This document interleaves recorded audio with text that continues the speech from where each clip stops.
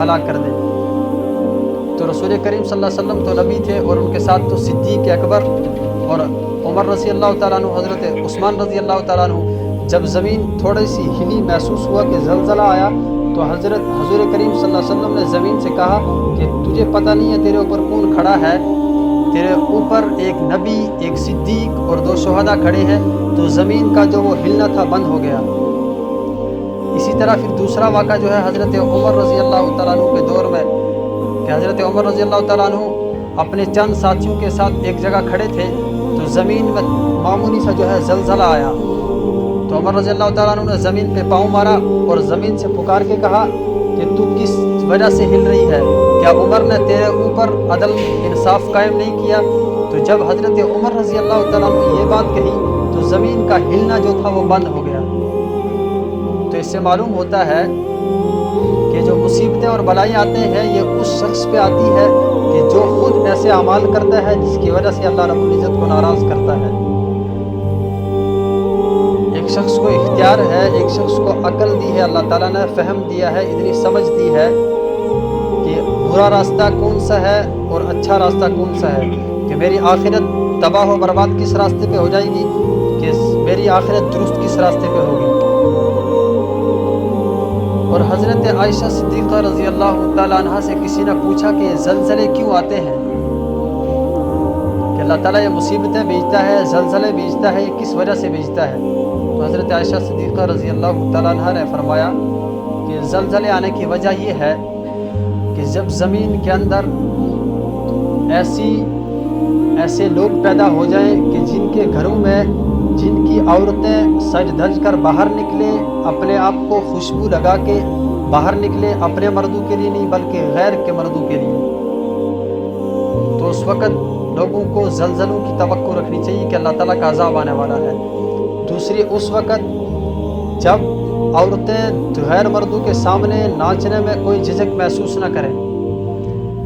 تیسرا فرمایا کہ جب زنا، بدکاری اور سود عام ہو جائے تو اللہ تعالیٰ سے اس وقت اس چیز کا توقع رکھنا کہ اللہ تعالیٰ کی طرف سے اب عذاب آنے والے ہیں۔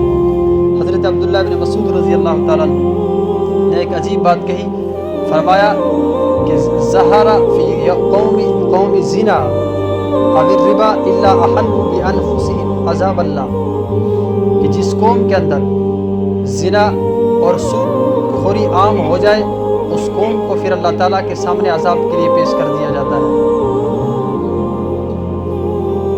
اور زنا ایک ایسی چیز ہے جس کے بارے میں قرآن کریم نے فرمایا کہ وَلَا تَقْرَبُوا الزِّنَا، زنا کے قریب بھی مت جاؤ۔ اور رہا مسئلہ جو حضرت عبداللہ بن مسعود رضی اللہ تعالیٰ عنہ نے دوسری بات فرمائی کہ سود، جس کے بارے میں قرآن کریم میں فرمایا کہ یا ایھا الذین آمنوا اتقوا اللہ وذروا ما بقی من الربا ان کنتم مؤمنین۔ یہ کسی عالم کی بات نہیں ہے، یہ سیدھے اللہ تعالیٰ نے قرآن کریم میں فرمایا کہ سود والے کے ساتھ کیا ہوتا ہے۔ جو شخص سودی کاروبار کرتا ہے، جو شخص ایسا کام کرتا ہے، اس شخص کو کھلا اللہ تعالیٰ نے قرآن کریم میں فرمایا کہ وہ شخص اللہ اور اس کے رسول کے ساتھ جنگ کا اعلان کرتا ہے۔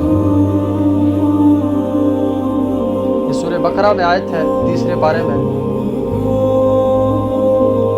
اور پہلی قوموں پہ بھی، جو پہلی قومیں تھیں ان پہ بھی یہ عذاب ایسے آتے تھے کہ اللہ تعالیٰ کسی شخص پہ اس وقت تب عذاب نہیں بھیجتا جب تک وہ شخص اپنے آپ کو غلط راستے پہ نہ لے جائے، اپنے آپ کو گناہوں میں ملوث نہ کر دے۔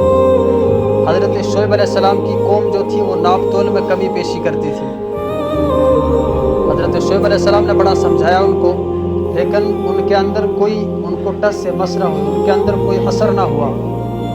حضرت شعیب علیہ السلام ان کو سمجھاتے رہے یہاں تک کہ اللہ تعالیٰ نے ان پہ عذاب بھیج دیا۔ اور ناپ تول کا مطلب یہ نہیں ہے کہ صرف دکاندار ہی ناپ تول کر سکتا ہے۔ ناپ تول اس چیز سے بھی ہم لے سکتے ہیں کہ ہمارے گھروں کے اندر شوہر اور بیوی کے حقوق، یہ بھی ناپ تول میں آ سکتے ہیں۔ پڑوسی کے حقوق، یہ بھی ناپ تول میں آ سکتے ہیں۔ ایک مسلمان کا دوسرے مسلمان پہ کیا حق ہے، یہ بھی ناپ تول پہ آ سکتا ہے۔ بھائی کا دوسرے پہ کیا حق ہے، ایک بھائی کا دوسرے بھائی پہ، ماں باپ کا اولاد پہ کیا حق ہے، اولاد کا ماں باپ پہ کیا حق ہے، یہ بھی ناپ تول میں ہے۔ کہ ایک شخص ہمیشہ یہ سمجھتا ہے کہ میرا پورا کا پورا حق مجھے مل جائے، دوسرے کو اس کا حق پورا ملے یا نہ ملے، لیکن میرا جو حق ہے یہ پورا کا پورا مجھے ملنا چاہیے، یہ بھی ناپ تول میں آ سکتا ہے۔ جب حضرت شعیب علیہ السلام کی قوم نے ایسا کیا، ناپ تول میں کمی بیشی کی، تو قرآن کریم میں اللہ تعالیٰ نے فرما دیا فلما اخذتهم الرجفة فاصبحوا في دارهم جاثمین، کہ ان لوگوں کے اوپر ایسا زلزلہ بھیج دیا کہ اللہ تعالیٰ نے ان کو زمین بوس کر دیا۔